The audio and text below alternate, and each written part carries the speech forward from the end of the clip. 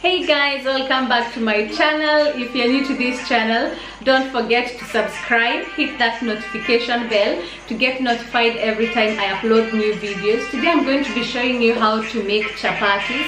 It's a Kenyan stroke Indian influenced type of bread, if I would put it like that. Or over there are all the ingredients we need. We need a glass of water. We need flour. We need cooking oil. And we need a pinch of salt. So what I'm going to do is that I'm going to add my water first.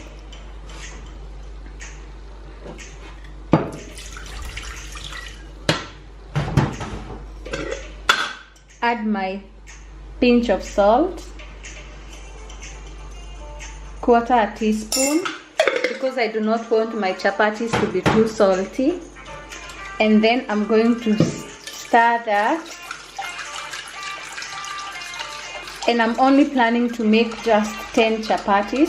For that reason, I only used a glass of water. So now I test if the salt is okay. I'm going to add a little bit more. Now that is a half teaspoon, and mix everything. And then I'm going now to add my flour. I'm just going to eye measure it, so I know it's about a cup and a half.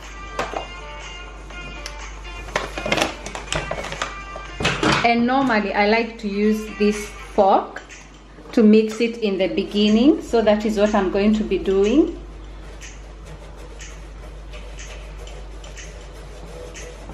Until it's roughly mixed. See, it shows that the water that I added is not enough. So I'm going to add little more water.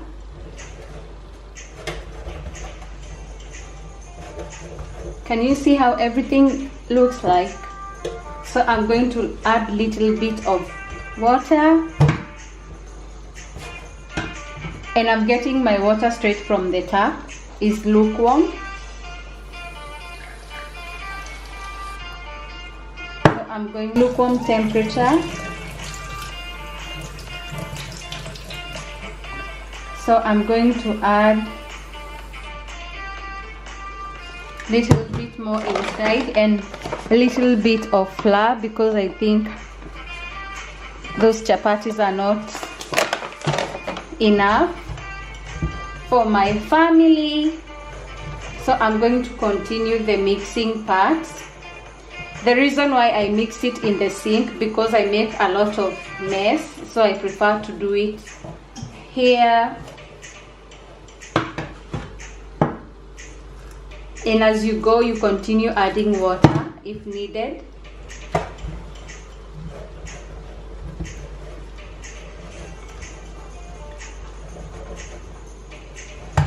As you can see, now I think it's time I use my hands, because now we don't have a lot of.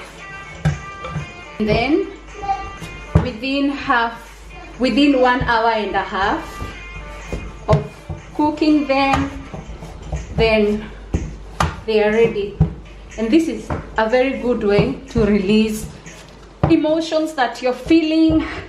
Beat that dough. If you feel as if you're angry about something or someone, it helps to release the stress levels.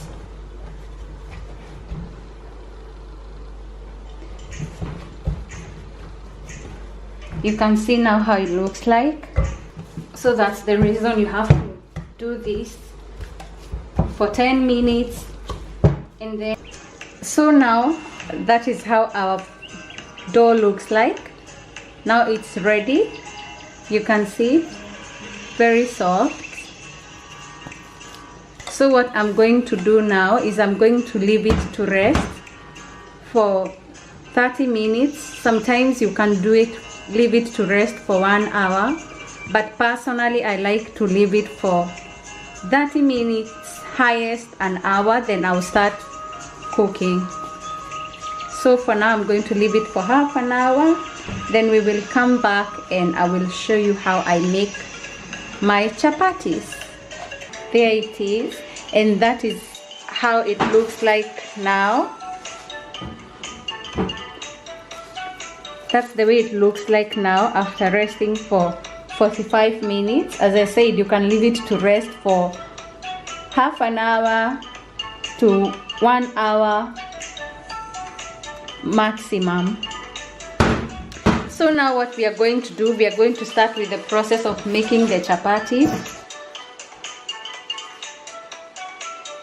So I'm going first to start by wetting my hands with oil, that way I don't get stuck with so many.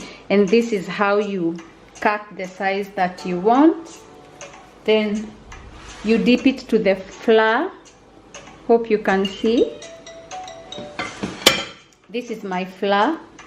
You dip it inside, then take your rolling stick. This is for my oil. Take your rolling stick and then you roll. So I'm going to take a piece of flour, and then this is what I'm going to do in no particular shape. Then take my brush cook and put some oil, spread some oil in it, just like I'm doing. I'm multitasking. I have one cooking over here.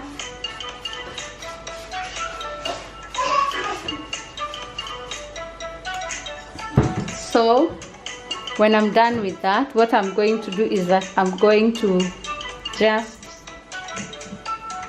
keep on doing that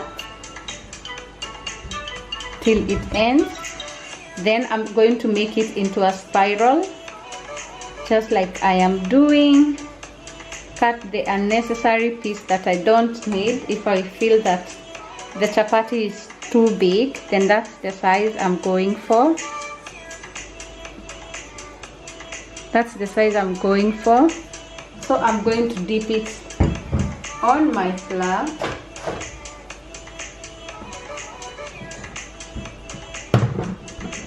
Do a such, then roll, and you keep on flipping it every time you roll. Reason being, that way you get something close to a circle. So that's how it is done.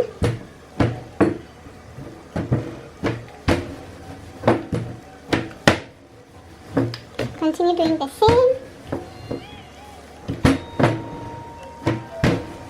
Can you see? The more I do that, then I roll, I flip it.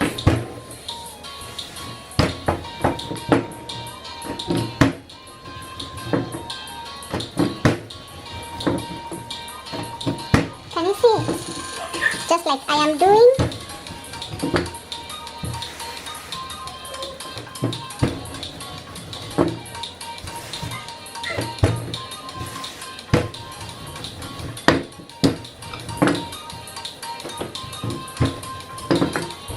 There I have it. So what I'm going to do now is that I'm going to take it and put it on the already hot pan.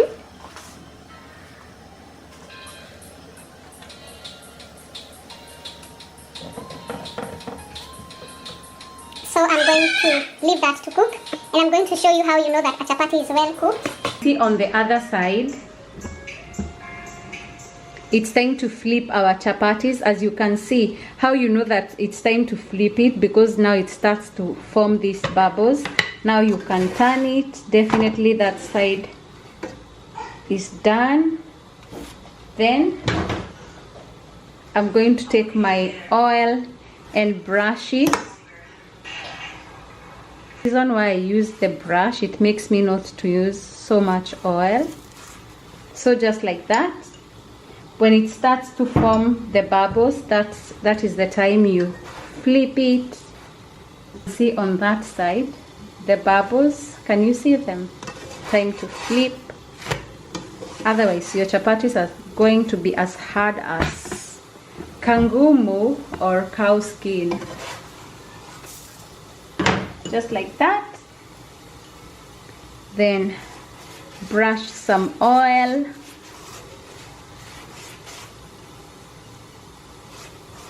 on top.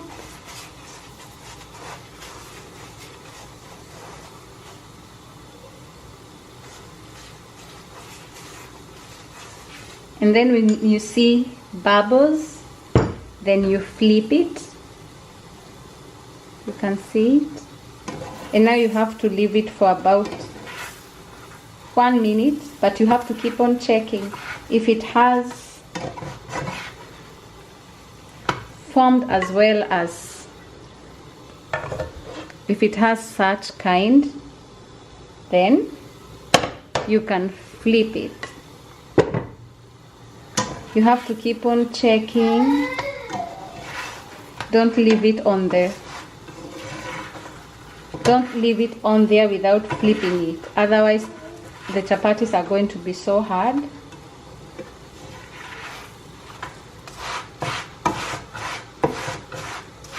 Can you see it? More bubbles coming. You can see. Time to flip. And then the same thing, you continue. Guys, I'm done cooking chapatis. That is how everything looks like. So I'm going to show you. You can see very light and soft as paper. So it's not that. You can see them.